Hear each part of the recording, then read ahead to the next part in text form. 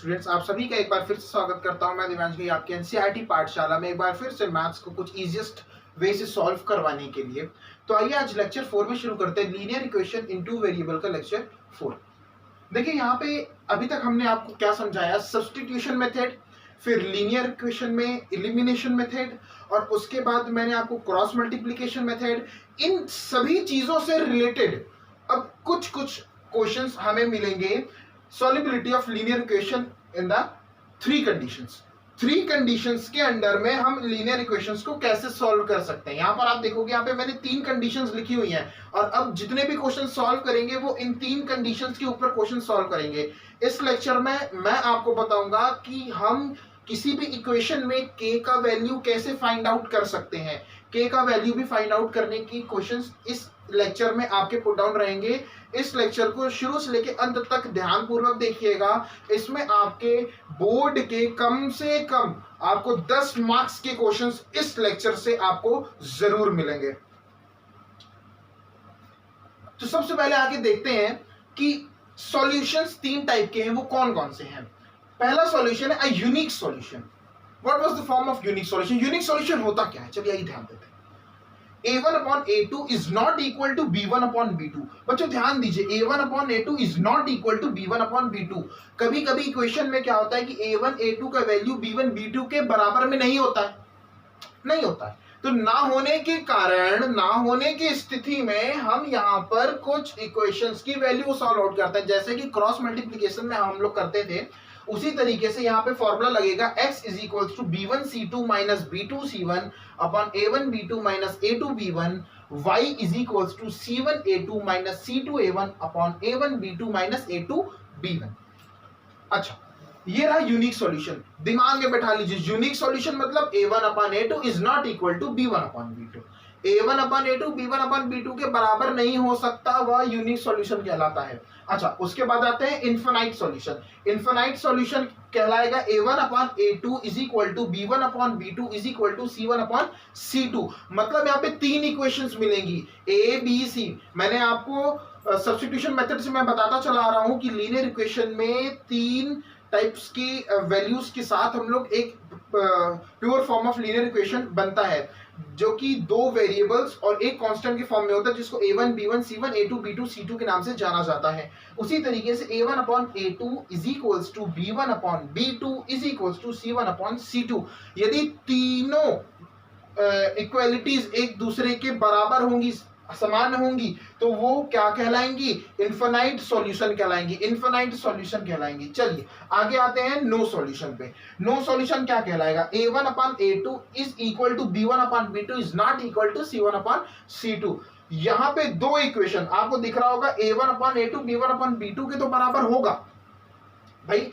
Same चीज unique solution में था, a1 upon a2 b1 upon b2 के बराबर नहीं था, तो वो यूनिक सॉल्यूशन था। लेकिन अगर a1 upon a2 b1 upon b2 के बराबर है और c1 अपॉन c2 इन दोनों के बराबर नहीं है, आपको ध्यान से समझ में आना चाहिए। यहाँ पे a1 upon a2 b1 upon b2 के बराबर तो हो सकता है, लेकिन c1 अपॉन c2 के बराबर अगर नहीं है तो वह नो सॉल्यूशन कहलाएगा। और अगर तीनों एक दूसरे के बराबर है तो वह इनफिनाइट सॉल्यूशन कहलाएगा। यदि a1 upon a2 b1 upon b2 पहला ही सम हमारा एक दूसरे के बराबर नहीं है तो वह यूनिक सॉल्यूशन कहलाएगा। आइए कुछ क्वेश्चंस करेंगे और उन्हीं के साथ हम लोग आगे देखेंगे कि इन फॉर्मूलों का यूज कहाँ कहाँ होता है। तो आइए बच्चों शुरू करते हैं अपने पहले क्वेश्चंस के साथ। पहला क्वेश्चन है, show that the system of equation 2x plus 5y minus 17 is equals to 0, 5x plus 3y minus 14 is equals to 0। यहाँ इक्वेशन 1 हुआ, ये इक्वेशन 2 हुआ। Solve as a unique solution. How can we solve as a unique solution? मैंने बताया था unique solution क्या होता है, a1 upon a2 is not equal to b1 upon b2। First of all we have to let the equation in the variable a b c। Okay, आइए let कर लीजिए। सबसे पहले let a1 is equals to 2, b1 is equals to 5, c1 is equals to minus 17, a2 is equals to 5, b2 is equals to 3 and c2 is equals to minus 14। Okay, next अब हम लोग कैसे आगे बढ़ेंगे, कैसे आगे का स्टेप करेंगे। इन्होंने क्या कहा, solve as a unique solution. Unique solution लगाइए। यूनिक सॉल्यूशन क्या होता है भाई? a1 upon a2 is not equal to b1 upon b2। हमें ये देखना है कि ये इक्वल है कि नहीं है, आइए देखते हैं। तो 2/5 इज इक्वल्स टू 5/3। तो अगर क्या इसको हम लोग जो क्रॉस करें तो क्या ये इक्वल है? जी नहीं, ये इक्वल नहीं है। इनका a1/a2 b1/b2 इक्वल नहीं, तो मतलब इसका मतलब ये इक्वेशन क्या है? हमारा यूनिक सॉल्यूशन है। यूनिक सॉल्यूशन में फॉर्मूला कैसे लगता है? हाउ कैन बी, देखिए सबसे पहले अगर क्वेश्चन आपको पूछा जाए तो ये पूछा जाएगा how can B solve unique solutions.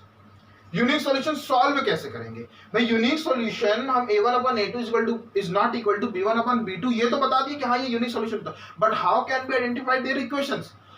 We have to identify their equation by the cross multiplication method.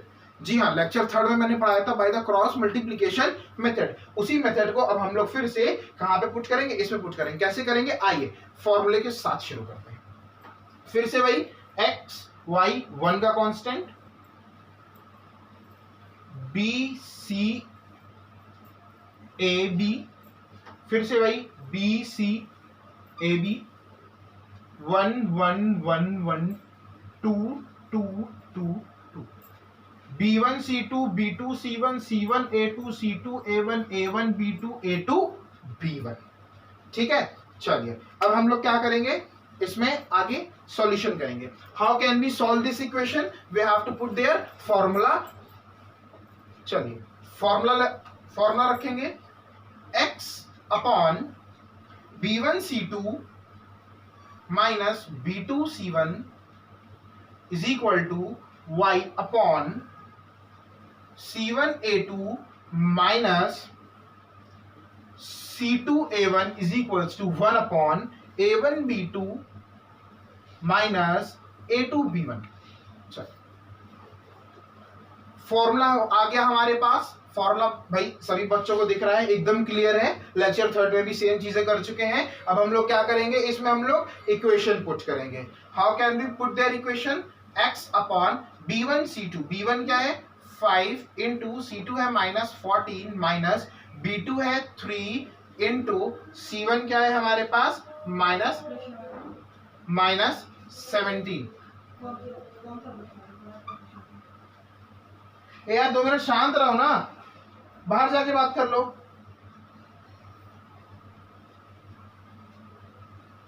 c1 a2 -17 into 5 minus c2 -14 into a1 2। बच्चों ध्यान दीजिएगा, यहाँ पे फिर से देखिए 2 सेम साइन आमने सामने आ गई है, तो हमने क्या किया? इसको ब्रैकेट में कर दिया। क्या कर दिया? इसको हमने ब्रैकेट में कर दिया। अच्छा, is equals to 1 upon a1 b2, a1 क्या है? 2 इंटू b2 क्या है? 3 माइनस a2 है 5 इंटू b1 क्या है? 5। अच्छा, अब हम लोग क्या करेंगे? सॉल्व करेंगे। कैसे करेंगे आइए बताते हैं। तो यहाँ पे देखिएगा जैसे हमने किया था कि 14 5 से 70 होता है, माइनस कर दिया, माइनस माइनस प्लस होता है, साइन प्लस क्या ले आएंगे कि मल्टीप्लाई हो रहा है, साइन प्लस क्या ले आएंगे? 17 3 से 51। ठीक है, माइनस प्लस माइनस 17 5 से 85 माइनस प्लस भाई माइनस था, माइनस के 28 तो माइनस माइनस प्लस हो गया। ठीक है, 3 2 से 6 माइनस 5 5 से 25। अच्छा, अब देखिए क्या कैलकुलेशन होगा यहाँ पर। x upon minus plus minus 70 में से 50 बन गया 19 is equals to minus plus minus 85 में से 28 गया 57 इज इक्वल्स टू 6 माइनस 25 तो minus 19।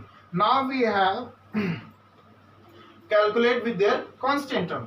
x upon minus 19 is equals to 1 upon minus 19, y upon minus 57 is equals to 1 upon minus 19। x is equals to minus 19 upon minus 19 cut गया, 1 आ गया, y is equals to minus 57 upon minus 19 cut गया, 3 आ गया। तो यहाँ पर आपका answer यहाँ पे मैं लिख दे रहा हूँ, x is equals to 3 and y is x is equals to 1 and y is equals to 3। तो ये था आपका यूनिक सॉल्यूशन। अब हम लोग नेक्स्ट क्वेश्चंस करेंगे इसके। Find the value of k with infinite and no solution. हाँ, तो जैसे कि अब हम आपसे जुड़ रहे हैं लेक्चर 4 में, तो क्वेश्चन नंबर 2 पर हम लोग एक बार फिर से आते हैं। क्वेश्चन नंबर 2 पे दिया हुआ है find the value of k x minus 2y minus 3 is equal to 0। Equation 1 3x plus ky minus 1 is equals to 0। Equation 2। इसको भी हमें किस सॉल्यूशन सॉल्व करना है, यूनिक सॉल्यूशन से। First of all we have to let our equation. अच्छा let करिए a1 is equals to, देखिए यहाँ पे x है, वेरिएबल है भाई, देखिए जिसका कोई नहीं उसका कौन, उसका 1 है। जब इंसानों में कोई नहीं होता तो उसका खुदा होता है, लेकिन जब मैथ्स में किसी का कोई नहीं होता तो उसका कौन होता है, उसका 1 होता है। ठीक है, अच्छा तो a1 यहाँ पर आप रख दीजिए, वेरिएबल में कुछ नहीं तो हम सीधा 1 रखेंगे, और b1 रख दीजिए -2, c1 रख दीजिए -3। ठीक है, आइए a2 is equals to 3, b2 is equals to k and c2 is equals to -1। अच्छा इसी को अब हम लोग आगे बढ़ाते हैं। आगे बढ़ाने के साथ यूनिक सॉल्यूशन, जो मेन यूनिक सॉल्यूशन हमारा कहता है वो कहता है a1 upon a2 is not equal to b1 upon b2। बोलता है a1 upon a2 is not equal to b1 upon b2। तो अच्छा एक काम करते हैं, वैल्यू रखते हैं, तो 1/3 is not equal to -2 upon k, but we have to find here the solution at the value of k। k का वैल्यू हमको निकालना पड़ेगा, कैसे निकालेंगे, आइए सिंपल सा एक काम करेंगे, क्रॉस मल्टीप्लाई करेंगे। क्रॉस मल्टीप्लाई करने के साथ क्या हो जाएगा, k into 1 is not equal to -2 into 3, तो k is not equal to -6। So it is the unique solution. Your k is not equal to -6 and the solution was the other than the more value of your 6. अब उसी के साथ हम लोग एक questions आगे का इनफिनाइट मेनी सॉल्यूशन या फिर नो सॉल्यूशंस का आपके सामने एक एक क्वेश्चंस और लेकर आते हैं। तो आइए बढ़ते हैं नेक्स्ट क्वेश्चन की तरफ। भाई बच्चों उसी के साथ हम लोग शुरू करते हैं अपने लेक्चर 4 का थर्ड क्वेश्चन। देखिए 4x plus 6y minus 7 is equals to 0, equation 1। 12x plus 18y minus 21, equation 2। उसको सॉल्व कैसे करना है, देखिए solve by infinite many solution. Infinite many solution क्या होता है, ध्यान दीजिए, a1 upon a2 is equal to b1 upon b2 is equal to c1 upon c2। okay, now we have to let our equation a1 is equal to 4, b1 is equal to 6, c1 is equals to -7, a2 is equals to 12, b2 is equals to 18 and c2 is equals to -21. Now we have to put these values in our equation of infinite many solution. How can we put, आइए a1 upon a2, b1 upon b2, c1 upon c2, इसी श्रृंखला में हम इसको ऊपर रखेंगे। 4 upon 12 is equals to 6 upon 18 is equals to -7 upon -21। क्या ये अब यहाँ पर इक्वल दिख रहा है, जी नहीं, अभी इक्वल नहीं दिख रहा है, दिखेगा कैसे, आइए ऐसे 4 1 4, 4 3 12, 6 3 18, माइनस 7 7 3 21। ध्यान दीजिए 1/3 is equal to 1/3 is equal to 1/3। देखिए यहाँ पर a1 upon a2, b1 upon b2, c1 upon c2, तीन के तीनों एक दूसरे के इक्वल प्रूव होते दिख रहे हैं। तो मतलब this equation has a infinite many solution. जी हाँ बच्चों, आज का लेक्चर यहीं पे समाप्त होता है। हम आपसे अब मिलेंगे लेक्चर 5 वर्ल्ड प्रॉब्लम्स में। जी हाँ, लीनियर इक्वेशंस की कुछ वर्ड प्रॉब्लम्स के कुछ ट्रिक्स के साथ मैं आपके सामने एक बार फिर से पेश होऊंगा in our lecture 5। Thank you so much. Please like, share and subscribe our channel.